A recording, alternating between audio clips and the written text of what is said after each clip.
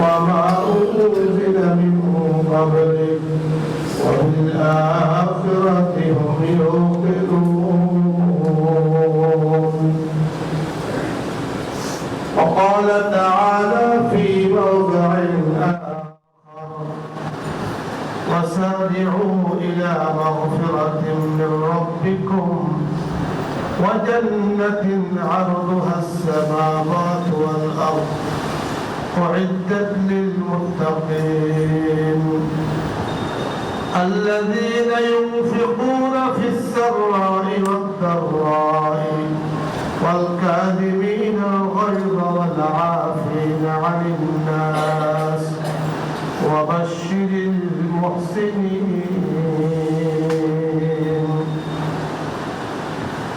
صدق الله المولانا العظيم وصدق رسوله النبي الكريم ونحن على ذلك من الشاهدين والشاكرين والحمد لله رب العالمين. সকলে মুহাব্বতের সাথে দরুদ শরীফ পড়ুন। اللهم صل على محمد وعلى آل محمد كما صليت على إبراهيم وعلى آل إبراهيم إنك حميد مجيد. اللهم بارك على محمد وعلى آل محمد كما باركت على إبراهيم وعلى آل إبراهيم إنك حميد مجيد. أستغفر الله ربي من كل ذنب وأتوب إليه.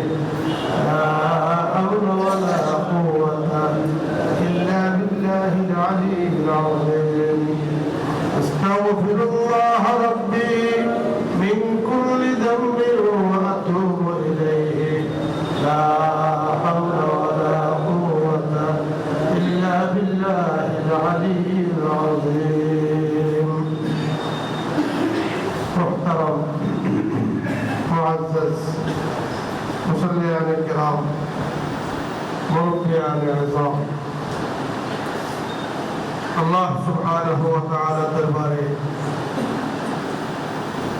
অসংখ্য অগণিত শুকর ও সুজুদ পেশ করছি। আল্লাহ তাআলা আমাদেরকে আজকে নবম রোজা পালনরত অবস্থায় মাহে রমজানের দ্বিতীয় জুমাতে আল্লাহ পাকের ঘর মসজিদে আসার তৌফিক দান করেছেন। মুহাব্বতের সাথে জোরে সোরে শুকরিয়া তান বলি আলহামদুলিল্লাহ। আজকে নবম রোজা। একটু চিন্তা করে দেখেন রোজা কবে আসবে।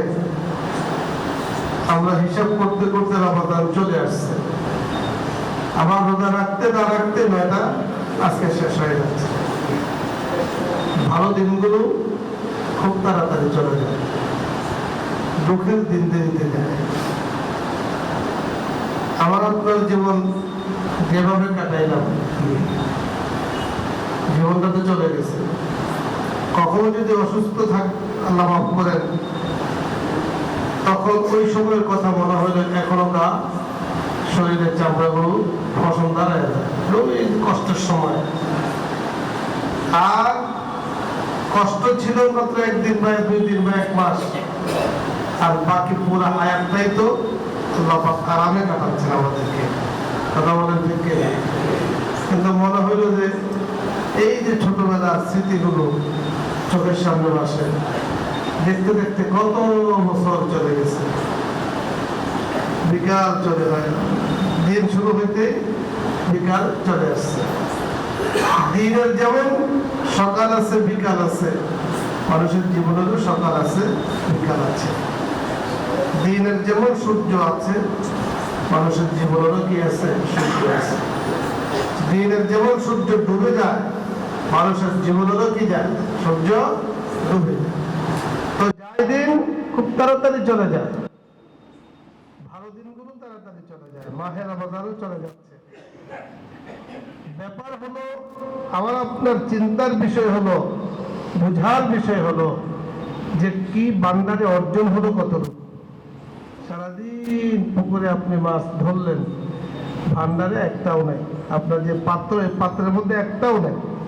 বিকালবেলা দেখলেন সূর্য ডুবার সময় হয়ে গেল, বাড়িতে আসার সময় হয়ে গিয়েছে, তো বাড়িতে আসবেন কি নিয়ে? কিচ্ছু নেই। কথা বলেন তো, বাড়িতে যারা আছে ওরা কি যখন খালি পাত্র নিয়ে আসবেন, আমি আসবো, তো বাড়িওয়ালা কি আমাকে বালকভাবে নিবে, সাদরে নিবে? বলে তো গোড়া গাছ কাটছো সারাদিন, হ্যাঁ কি করছো বলবে কিনা? একটা মাছও আনতে পারলে না, একটা ফসলও আনতে পারলে না, সারা মাস চাকরি করলেন, মাস শেষে বাড়িতে ফিরলেন খালি হাতে। কেউ সারা মাস কি কাজ করেছে, একটা টাকাও আনতে পারলো না। বাড়িওয়ালারা যারা মানুষ, ওরা তো ভালোভাবে নেবে না। এখন বুঝেন, বাড়িওয়ালা যদি ভালোভাবে আপনাকে মাস শেষে গ্রহণ না করে,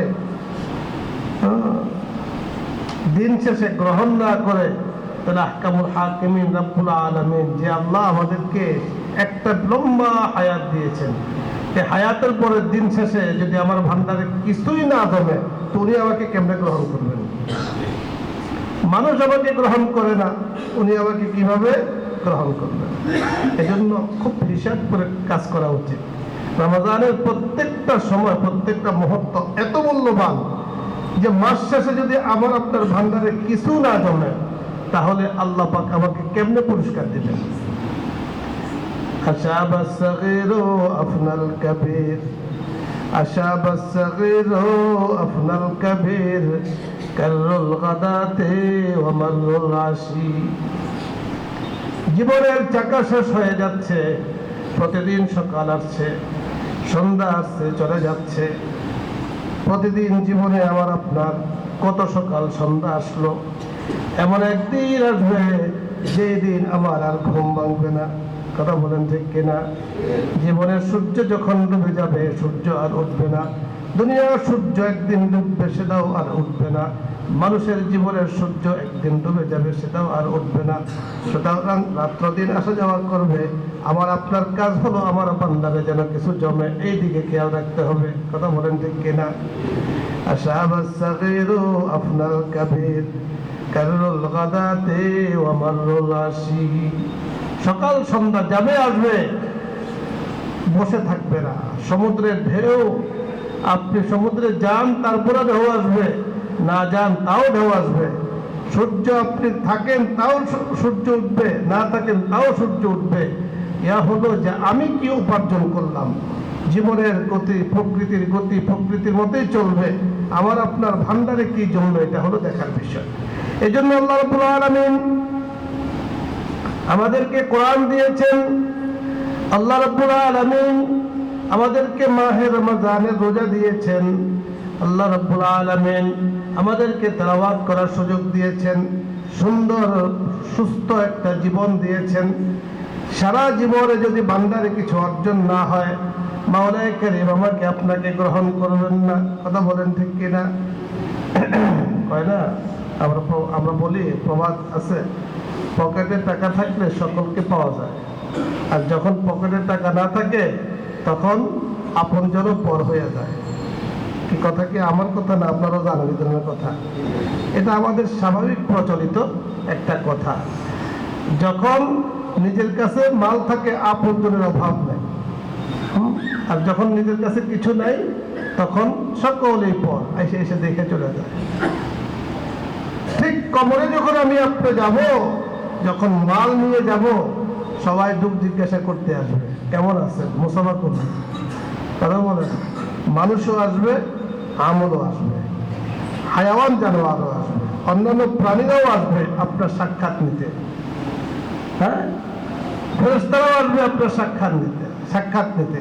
কারণ যে বড় একজন মানুষ এসেছে, তার সাক্ষাৎকার নিতে হবে।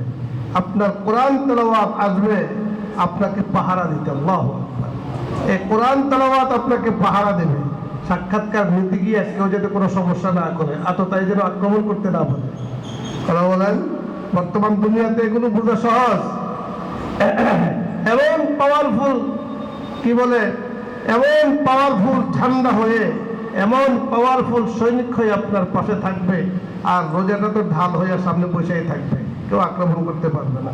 মানে ওয়াটার প্রুফ, কি বলে, গ্লাস হয়ে থাকবে, দেখা যাবে না, কিন্তু এটা এমন পাওয়ারফুল, রোজা হবে, দেখা যাবে না, কিন্তু আক্রমণ কেউ করলে আপনার কাছে আসবে না। সুবহানাল্লাহ। এজন্য মাহে রমজানের রোজা, এজন্য আমাদের ইবাদত, এজন্য তেলাওয়াত। তা বলতেছিলাম, সাক্ষাৎকার নেওয়ার জন্য, দেওয়ার জন্য কিছু তো থাকতে হবে আপনাকে, এমন জীবন তো আপনাকে আমাকে গড়তে হবে। আর এই গড়ার জন্য হলো মোক্ষম সময়, অত্যন্ত দামি সময় হলো মাহে রমজান। আপনারা যদি আমার সাথে একটা ওয়াদা করতে পারেন, অন্তত আমিও আপনাদেরকে গ্যারান্টি দিতে পারি রোজাটা সুন্দর হবে। পারবেন? একটা ওয়াদা দেব, আমার কোনো লাভ হবে না। চিন্তা করতেছেন কি ওয়াদা দিয়ে কোন মুসিবতে পড়ে? হ্যাঁ, যে কোনো ওয়াদা দিতে প্রস্তুত হবে না। যদি বলে চলেন সকলে এখন আকাশে যায় উড়ি, পারবেন? কি বলে, চেষ্টা তো করবো। কি বলেন? চেষ্টা তো করবো, এরপরে পারি আর না পারে সেটা তো আল্লাহ দেখবেন। কথা বলেন না? ওই যে আপনাদেরকে বললাম না, লাইলি মজনুকে শর্ত দিছে যে আমাকে বিবাহ করতে পারবা একটা কাজ করলে। কি? আটলান্টিক মহাসাগরের পানে যদি তুমি ভিজতে পারো তাহলে তুমি আমাকে পাবা। আর মজনু পাগলা দৌড় দিছে, লাইলির এই কথা শুনে দৌড় দিয়ে সাগরের পাড়ে গেছে। গিয়া পাড়ে যাওয়ার পরে মনে হয়েছে, আরে পানি শিসমুখী দিয়া কিছু তো আনি নাই। এখন চিন্তা করলো যে আবার যদি বাড়ি দিয়ে আসি পাত্র নেই, তা সময় নষ্ট হবে। খুঁজতেছে পাত্র, একটা ঝিনুক পাইছে, ছোট্ট একটা ঝিনুক পাইছে। সাগরের পাড়ে ঝিনুক টিনুক এমনি পড়ে থাকে, তো এটা দিয়ে হিসা শুরু করছে। তাও ঝিনুক যেটা পাইছে এটা হলো নিচে দেওয়া ছিদ্র, নিচে দেওয়া কি ছিদ্র, পানি যা উঠে ওঠার আগে পড়ে যায়, এটা দিয়ে হিসতেছে। একজন ওকে কি করো, বুঝো না কি করো, এই পুরো সাগরের পানি হিচ্ছা ফেলাবো। পরে আমার লাইলি বলছে, এটা যদি হিসতে পারি তাহলে আমার সাথে বিবাহ বন্ধনে আবদ্ধ হবে, তাকে আমি পাবো।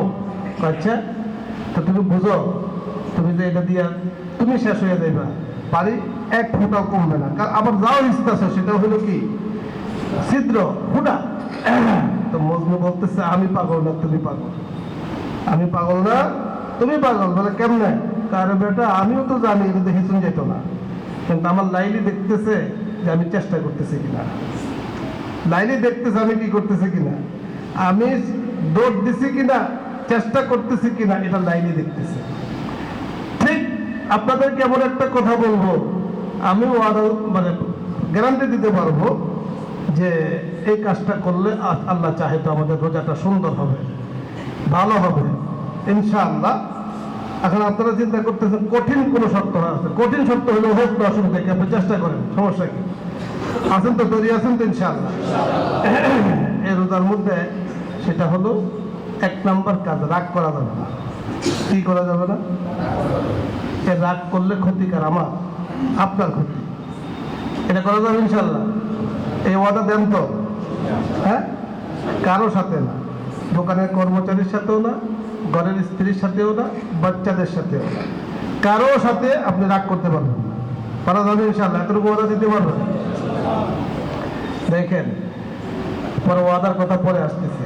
ফায়দা কি? আল্লাহ রাব্বুল আলামিন বলেন, ওয়াল কাযিমিনাল গায়যা ওয়াল আফিনা আনিন নাস ওয়াল্লাহু ইউহিব্বুল মুহসিনিন।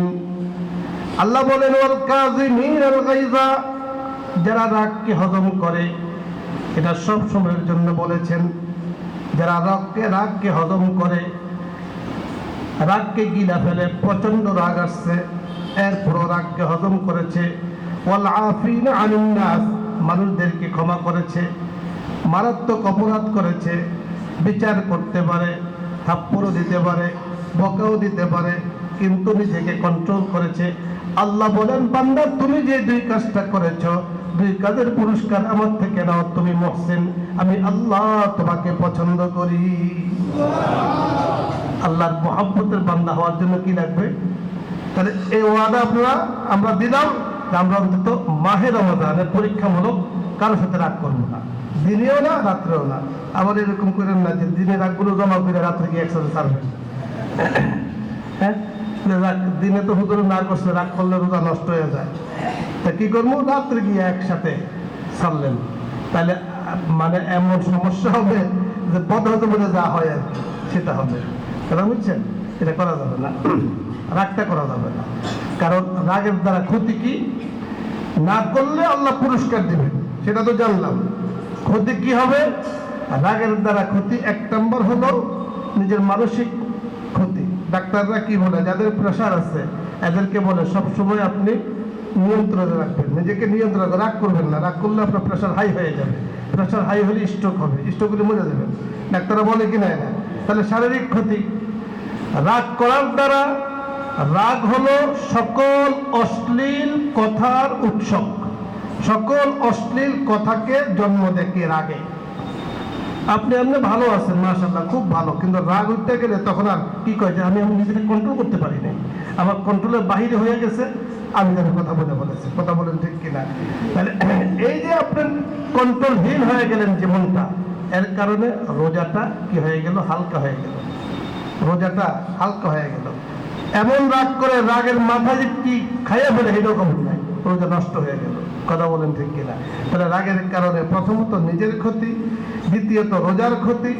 হয় রোজা হালকা হবে অথবা নষ্ট হবে, নষ্ট না হলেও হালকা তো হবে। হালকা মানে কি, সব অর্ধকে চলে আসবে। সারাদিন না খাইয়া আছে, কথা বলতে কষ্ট হয়, চলতে কষ্ট হয়, স্বাভাবিক। আমাদের জীবনটা হলো খাওয়ার জীবন, এটা নয় এটা ওইটা আবি যাবি সারাক্ষণে আমাদের চলতে থাকে। সেখানে একবার নিয়মতান্ত্রিক ভাবে সেই ভোর 4টা, কয়টায় সারি গেছেন, কয়টা আজকে 5টা 5-এ মনে হয় শেষ টাইম, তখন বন্ধ হয়েছে, আবার 6টা 1-এ বা 2-এ গিয়া সারাদিন কিচ্ছু করা যাবে না। আরে সর্বনাশ, কোনো কোনো ধর্মে আছে শুধু পানি খাওয়া যাবে রোজা রেখে, আর কিচ্ছু করা যাবে না। কিছু কিছু ধর্মে আছে দুষ্টামি, এটা হলো ইবাদত নামে দুষ্টামি, শুধু পানি খাওয়া যাবে আর কিছু করা যাবে না। কোনো কোনো ধর্মে আছে শুধু ভাত খাওয়া যাবে, অন্যটা করা যাবে না, এগুলো দুষ্টামি। আমাদেরটা কি, তুমি কন্ট্রোল করো সবকিছু থেকে একটা টাইম। এটা আল্লাহ পাক দেখতে চান। আল্লাহ পাক আবার আপনার কাছে দেখতে চান যে বান্দা তোমাকে কি বলে 5টা থেকে নিয়ে 6টা পর্যন্ত এই টাইম তোমাকে দানা পানি খাবার জৈবিক চাহিদা থেকে তুমি বিরত থাকবে, আমি দেখতে চাই। আল্লাহ আমার কাছে দেখতে চান। এবং মাঝে খাইলাম আবার দেখলাম, তো দেখবেন কি, পরীক্ষার জন্য হলে দিতে হবে না তো, পরীক্ষার হল। কথা বলেন ঠিক কিনা? পরীক্ষার হলে গিয়ে যদি কিছু নকল করে, কিছু না দেখে রেখে, তাহলে এই পরীক্ষা কি যথাযথ হবে? পরীক্ষার হল মানে কি? হল মানে হলো সব বন্ধ, একদম মেধার উপরে তুমি কি করো, নির্ভর করো, লিখতে থাকবে, এটা নাম হলো পরীক্ষার হল। আমাদের জন্য তো দিন হলো পরীক্ষার হল, আল্লাহ পাক দেখতে চাচ্ছেন। এজন্য 1 নম্বর কাজ সেটা হলো রাগ করা যাবে না, কারো সাথে না। সবসময় দেখবেন দুর্বলদের উপরে রাগ বেশি উঠে সবলদের। কথা বলেন ঠিক কিনা?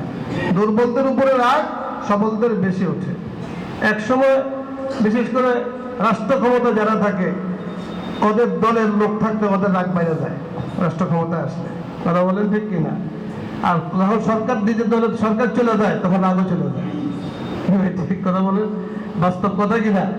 এর আগে খাবার হুজুর আমার রাগ উঠে গেছে, রাগ তো তার উঠে না, ক্ষমতার কারণে রাগ চলে আসছে। আর সবল দুর্বলদের উপরে, সমস্ত রাগ দেখায় কার উপরে? দুর্বল। বড়টার উপরে রাগ করে না, বড়টা যদি থাপড়ায় কোনো ভাই দোয়া দিছে। কথা বলেন ঠিক কিনা? আর দুর্বলদের উপরে সমস্ত রাগ দেখায় কার উপরে? দুর্বলদের উপরে। রিক্সাওয়ালার উপরে রাগ দেখায়, ভ্যান গাড়ির উপরে রাগ দেখায়, অসহায় মানুষের উপরে রাগ দেখায়। এই সমস্ত সন্ত্রাসী বাংলার বুকে আছে, এদেরকে প্রতিহত করা রাষ্ট্রীয়ভাবে দায়িত্ব। কথা বলেন ঠিক কিনা? এই জন্য বলতেছিলাম রাগ করা যাবে না কারোর উপরে, ঘরের স্ত্রীর উপরে রাগ করা যাবে না। বিকালবেলা ইফতারের আগে দিয়া দেখা যায় মেজাজ খিটখিটা থাকে, দিন শেষে সকলের মেজাজে খিটখিট থাকে। কথা বলেন, এখন ইফতারের মধ্যে লবণ বেশি হয়েছে না কম হয়েছে, আর এটা না ওইটা আইটেম কত কম হইলো না হইলো, সারা রাত বড় বড় জানে। কথা বলেন, আরে ভাই দিন শেষে তো তুমি তোমার বউটা আমার বউ, আমি রাগ করবো, সমস্যা কি? তুমি তো রোজা রেখেছো, সেও তো রোজা রাখছে, আমি যেমন রোজাদার সেও তো কি রোজাদার, তাহলে ওনার উপরে রাগ করবো কেন? হ্যাঁ, আমার উপরে রাগ করলে যেমন তার উপরে রাগ করলো তো তেমন। এই কাজটা যদি বন্ধ রাখতে পারি তাহলে দেখবেন যে অনেক গুনাহ থেকে আমরা মুক্ত থাকবো, অনেক গুনাহ থেকে আমরা মুক্ত থাকবো। দ্বিতীয়ত হলো রাগ তো করলাম না, নিয়ন্ত্রণ করলাম, কিন্তু মুখ চালু রাখবেন। মুখ সারা শরীয়তে বলে না যে সারাক্ষণ আমি আপনার বোবার মতো হয়ে থাকবো, না, কথা বলবেন। আল্লাহ পাক তো কথা বলার জন্য আল্লাহ কোরআন দিয়েছেন যে বান্দা সারা 11 মাস তোমরা কথা বলছো, একটা মাস আমার সাথে কথা বলো, কথা বলেন না।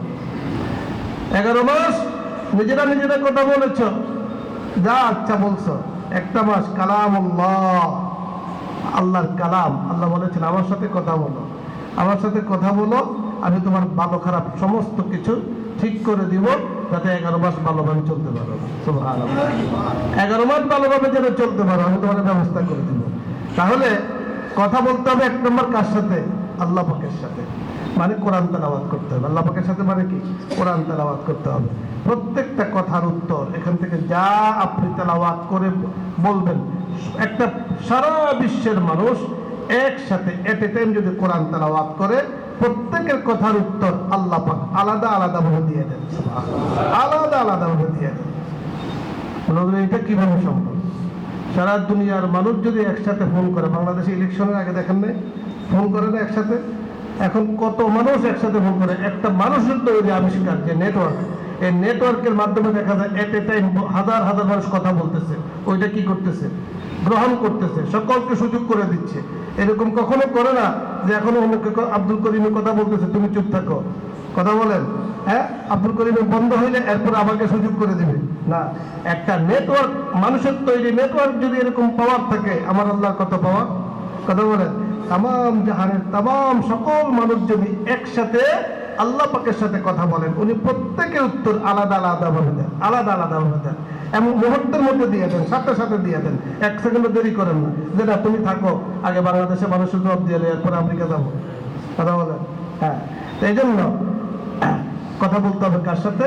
আল্লাহ পাকের সাথে। কোরআনে কারিমের তেলাওয়াত, একা থাকেন, ঘরে থাকেন, দোকানে থাকেন, বারবার বলেছি তেলাওয়াত।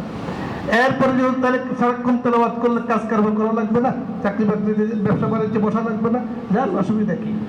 কিন্তু প্রত্যেকটা কথাকে হিসাব করতে হবে যে আমার এই কথাটা মিথ্যার মধ্যে হচ্ছে কিনা, আমার এই কথাটা মিথ্যার মধ্যে হচ্ছে কিনা। ওই যে বললাম রাগের কারণে মানুষ কি বলে? মিথ্যা বলে। রাগ উঠলে মিথ্যা বলে। আউয়ালুল গযাবি জুনুবুন ওয়া আখিরুহা নাদাবুন। রাগের প্রথমে হলো পাগলামি, পরে হলো লজ্জা। মাসলা তো আমাদের কাছে আসে, কি আসে? যেহেতু রাগ করছি বউর উপরে, তো পরে তো রাগ করে তো 3 কথা বলে ফেলাইছে, আর সমস্ত বেটার সমস্ত ক্ষমতা সে দেখায় কোথায়? রহল 3 কথার মালিকও নেই, 3 কথার মালিক, আর এগুলো গিয়ে বউরে খালি ভয় দেখায়। আরে পাগল, তুমি তো এই 3 কথা যে কোন সময় কতবার জীবনে অনেকে বলে ফেলছে, আর এই বউটা কতবার হারাম হয়েছে খবরই নেই, কথা বলেন। এই জায়গাতে আমার যাওয়া দরকারটা কি? এই জায়গা ছাড়া কি দুনিয়াতে রাগের আর কোনো অবস্থা নাই? রাগ করার পরে এখন 3 কথা বললা, এখন কয় কি? হুজুর রাগ তো করে ফেলাইছে, বাচ্চা তো 3টা, এখন কেমনে বউরে সারি? আমি বউরে বহু মহব্বত করি, আচ্ছা বউরে মহব্বত না করলাম, বাচ্চাগুলোর কি হবে? কথা বলেন ঠিক কিনা? এরকম হয়। আউয়ালুল গযাবি জুনুবুন, রাগের শুরুতে হলো পাগলামি করে ঘুরে ফেলে, এর শেষে লজ্জা।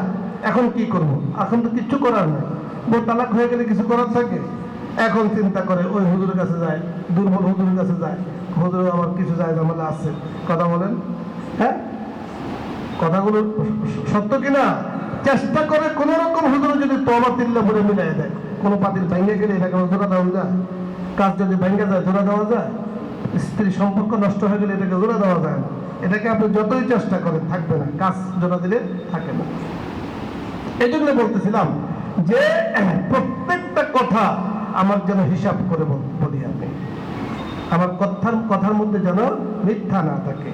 আল কিযবু ইউহলিক, ধ্বংস, মিথ্যা মানুষকে ধ্বংস করে দেয়। ওয়াসিদকু ইউনজি, সত্য মানুষকে মুক্তি দেয়। আর মিথ্যা হলো সমস্ত পাপের মূল।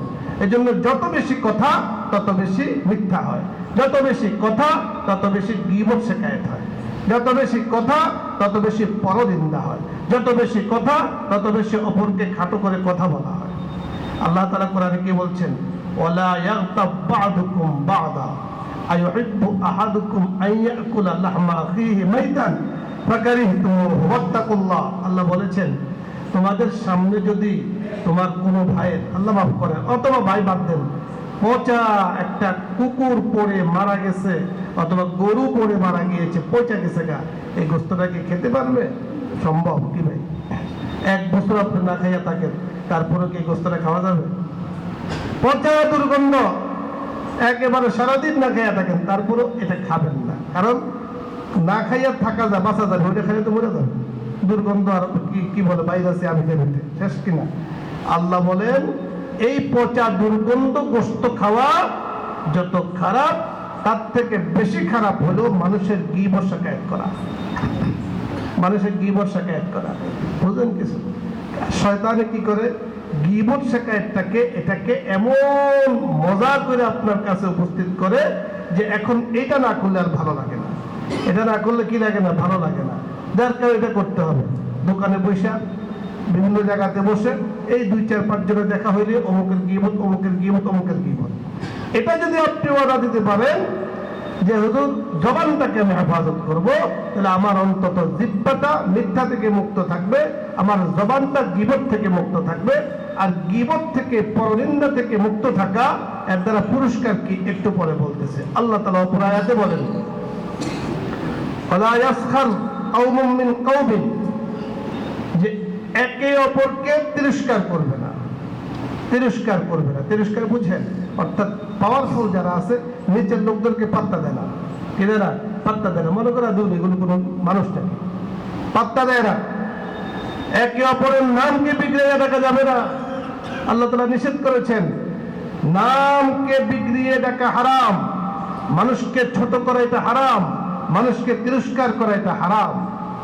এই হারাম থেকে বেঁচে থাকার পরে আল্লাহ বলেন যে তুমি যখন হারাম থেকে বেঁচে থাকবা তো তুমি মুত্তাকি হবা। মুত্তাকি যখন তুমি হবা তো তোমার নাম ওলিদের তালিকাভুক্ত করা হবে।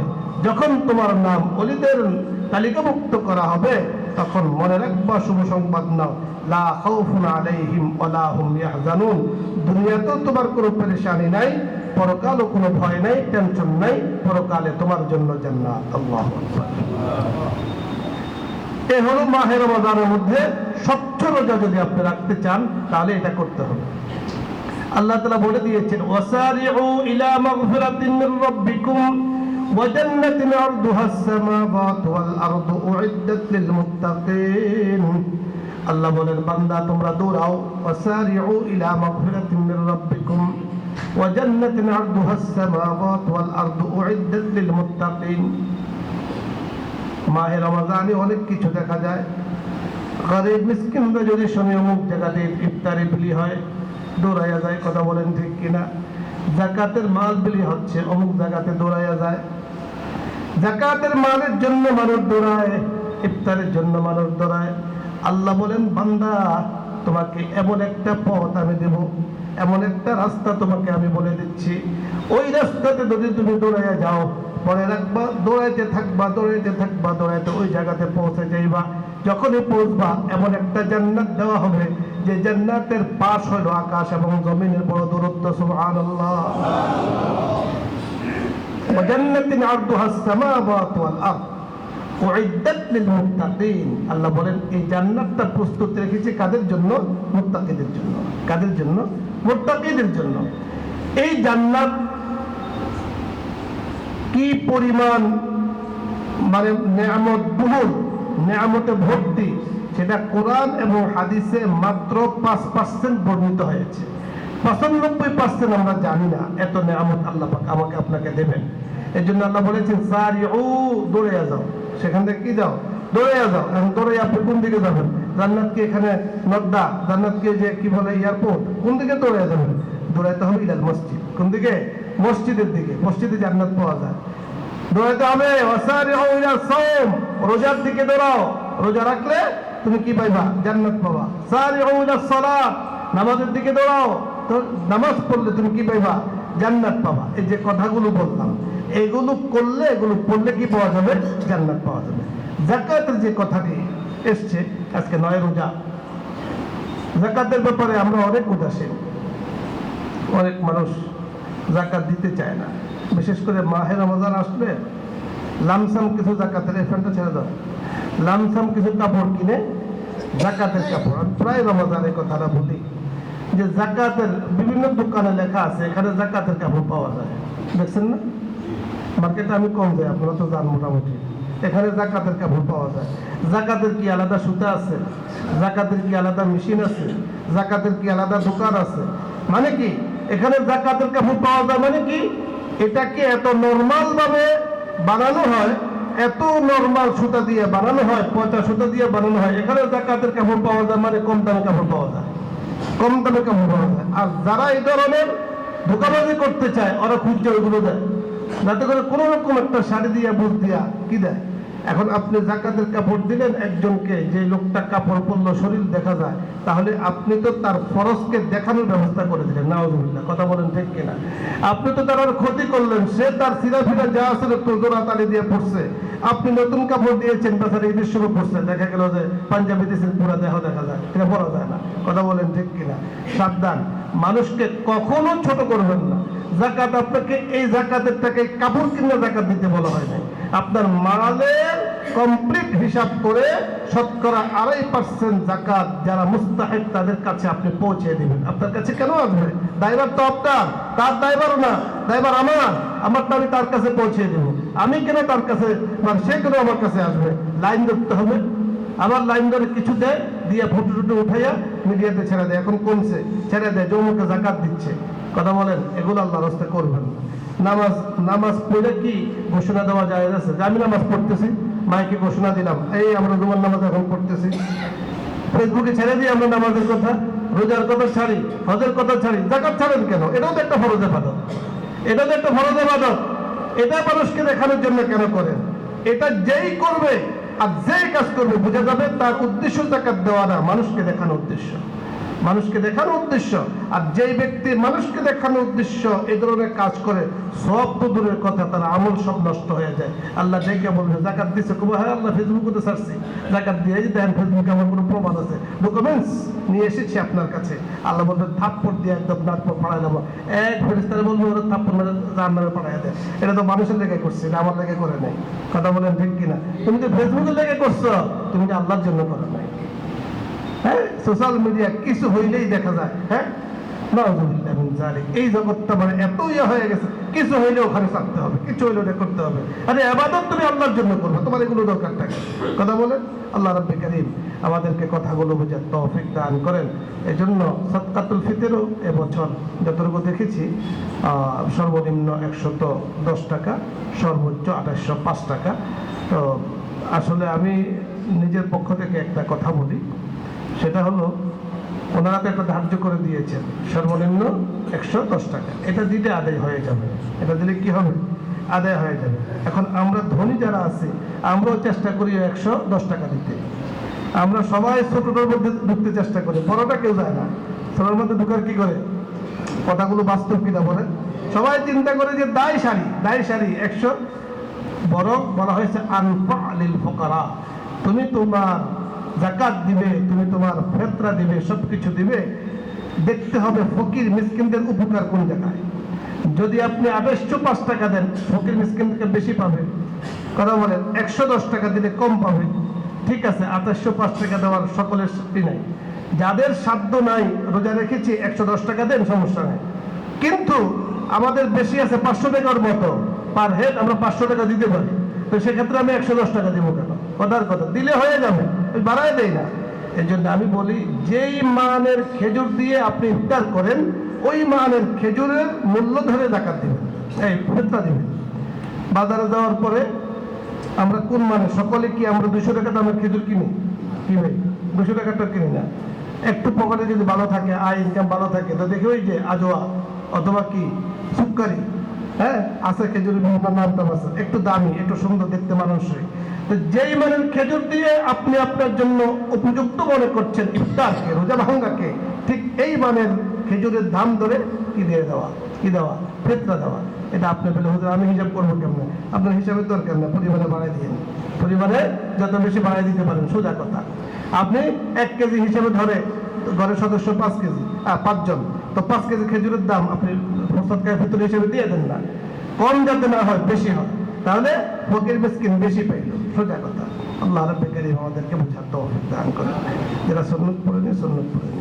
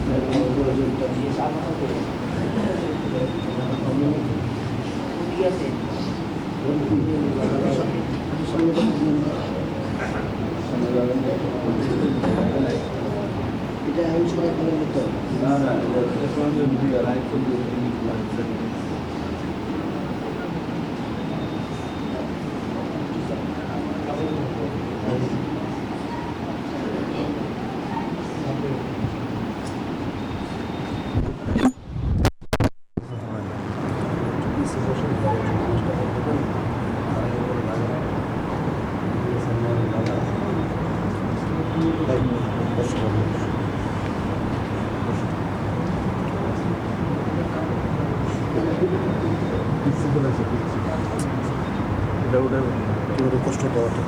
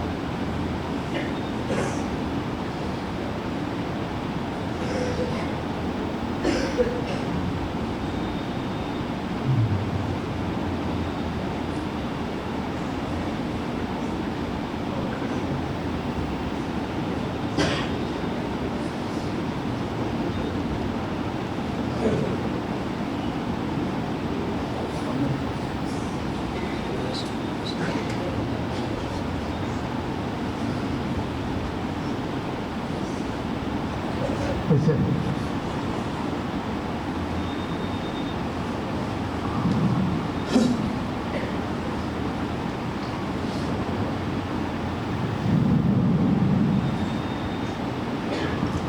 মুহতারাম মুসল্লিয়ানে কেরাম, মসজিদের দান বাক্সগুলো ডাইনে দেওয়া আছে।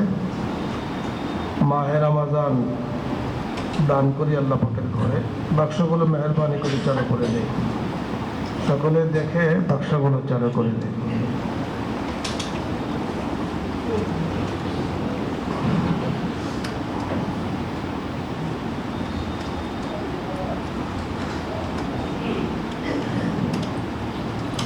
উপরে নিচে যারা যেখানে আছে মেহরবানি করে বাক্সগুলো চালু করে দেয়।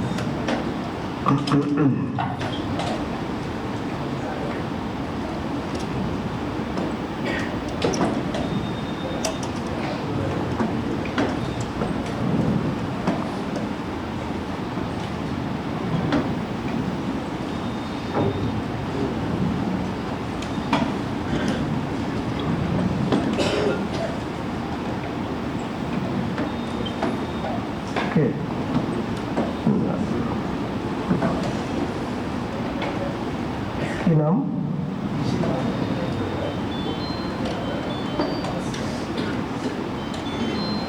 ফ্যান কালেকশন করি, ফ্যানটা নষ্ট হয়ে গেছে, ফ্যান লাগবে তো বলবো বলবো।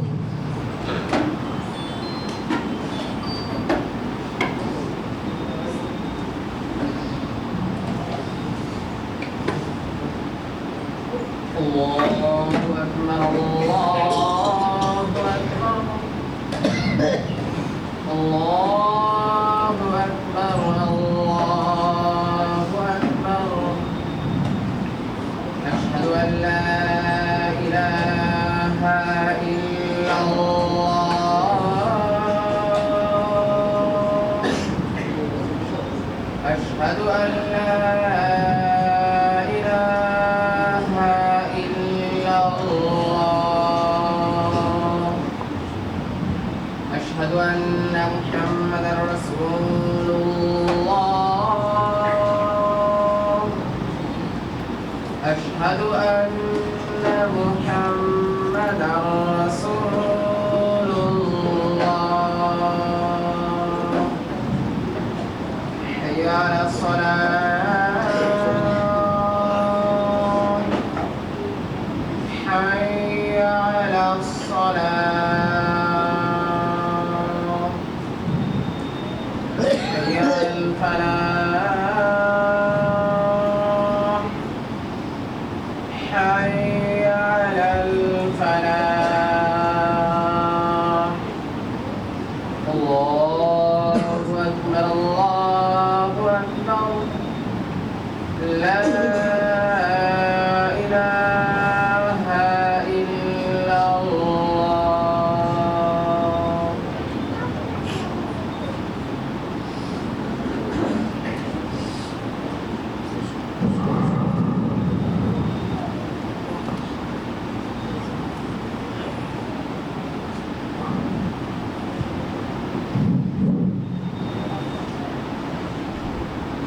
الحمد لله الحمد لله الذي هدانا لخير الأديان وما كنا لنهتدي لولا أن هدانا الله وأكمل لنا ديننا وأتم علينا نعمته ورضي لنا الإسلام دينا فلا نعبد ولا نستعين إلا إياه ألف بين قلوب المؤمنين فأصبحوا بنعمته إخوانا وحثهم على أن يكونوا كأعضاء جسد واحد أنصارا وأخدانا نهاهم عن موالاة أعدائه أعداء الإسلام والمسلمين وأوعدهم بمس النار الخذلان على الركون إلى الظالمين والصلاة والسلام على شمس الهداية واليقين المأمور بالغلظة والجهاد على المنافقين وأعداد المستطاع من القوة المرهبة قلوب أعداء الله المخذولين سيدنا مولانا محمد المبعوث رحمة للعالمين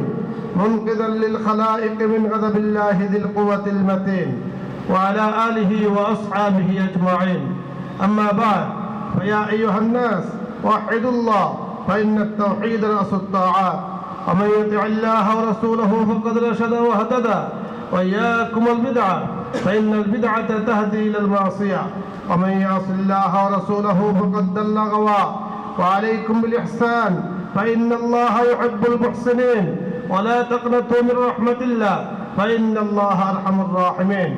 فقد ورد في الخبر عن النبي الصادق الأبر صاحب القبر الأعظم صلى الله عليه وسلم أنه قال: من صام إيمانا واحتسابا غفر له ما تقدم من ذنبه. وقال عليه الصلاة والسلام: الصوم جنة ما لم يخرقها. وقال عليه الصلاة والسلام: قال الله تبارك وتعالى: الصوم لي وأنا أجزي به، أو كما قال عليه الصلاة والسلام. أعوذ بالله من الشيطان الرجيم. بسم الله الرحمن الرحيم. وسارعوا إلى مغفرة من ربكم وجنة عرضها السماوات والأرض أعدت للمتقين الذين ينفقون في السراء والضراء والكاظمين الغيظ والعافين عن الناس والله يحب المحسنين. بارك الله لنا ولكم في القرآن العظيم ونفعنا وإياكم بالآيات والذكر الحكيم. إنه تعالى كلم ملك بر رؤوف رحيم فاستغفروا إنه هو الغفور الرحيم.